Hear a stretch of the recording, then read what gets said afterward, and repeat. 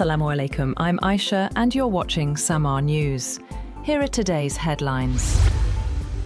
US President Donald Trump says the ceasefire with Iran is on life support after sharply rejecting Tehran's response to a US peace proposal. Speaking in the Oval Office, Trump described Iran's reply as garbage and said he did not even finish reading it. Tehran's response reportedly demanded compensation for war damage, recognition of Iran's authority over the Strait of Hormuz, an end to the US naval blockade, and the lifting of sanctions. The exchange has raised fresh concerns that the conflict could continue disrupting regional stability and global shipping routes. Talking about his upcoming visit to China, Trump said he would discuss American arms sales to Taiwan with President Xi Jinping during talks in Beijing this week. He said the issue would be among several topics on the agenda. He also said he did not expect tensions over Taiwan to escalate during his presidency, citing his very good relationship with Xi.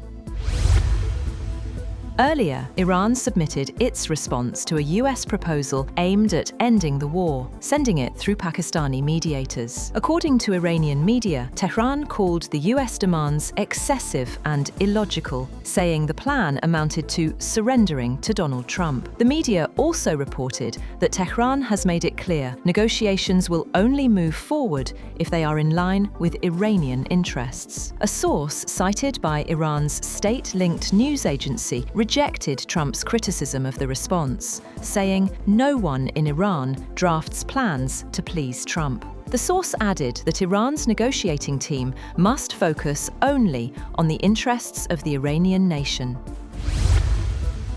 Meanwhile, Iranian President Masoud Pezeshkian says Tehran remains open to negotiations with the United States, but only from what he called a position of dignity and in defense of Iran's national interests. Speaking to senior security commanders, Pezeshkian said military gains achieved during the recent conflict must now be reinforced through diplomacy. He outlined three possible paths for Iran: renewed negotiations, prolonged uncertainty, or continued confrontation, but described diplomacy backed by military strength as the most rational option.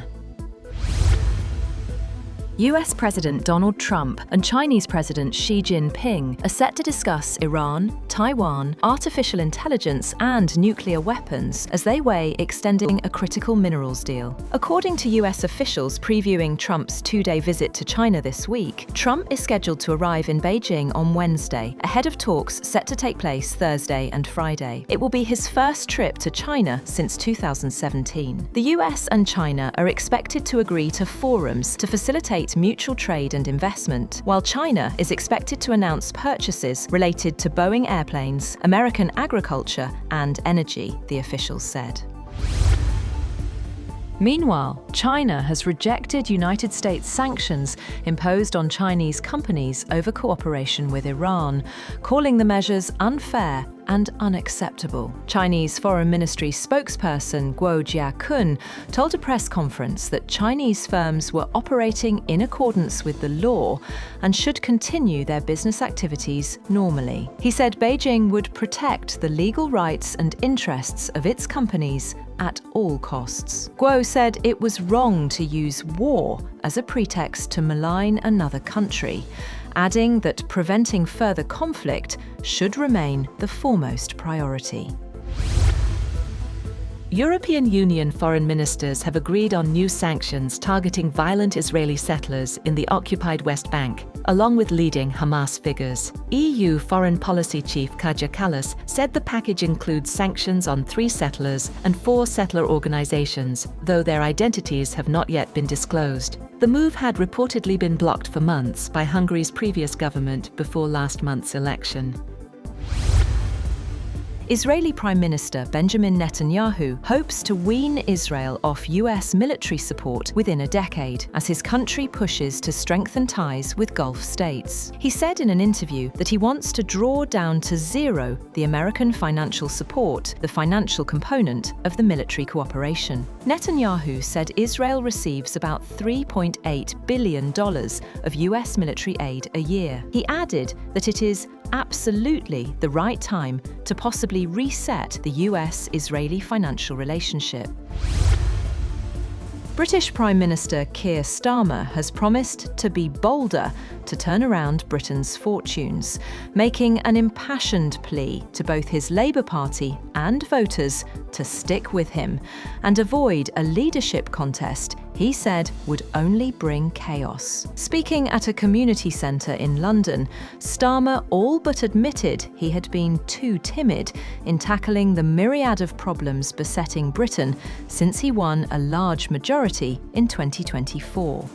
And said he took responsibility for one of the worst defeats for Labour in last week's elections. Describing the global backdrop of conflicts in Ukraine and Iran as one of the most dangerous than at any time in my life, Starmer said he would now offer a complete break with the decision-making of the past that led to the status quo.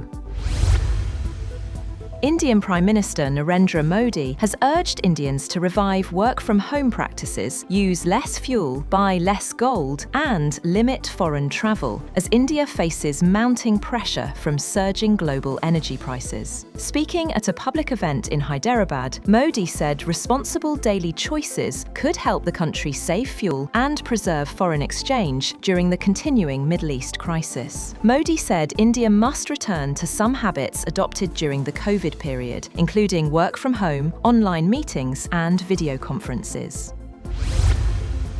And oil prices climbed more than 3% after President Trump said the ceasefire with Iran was on life support, raising fears of prolonged disruption in the Strait of Hormuz. Brent crude rose above $104 a barrel, while US crude neared the $100 mark. Markets had fallen last week on hopes of a diplomatic breakthrough, but sentiment shifted after Trump rejected Tehran's latest response to a US peace proposal as totally unacceptable.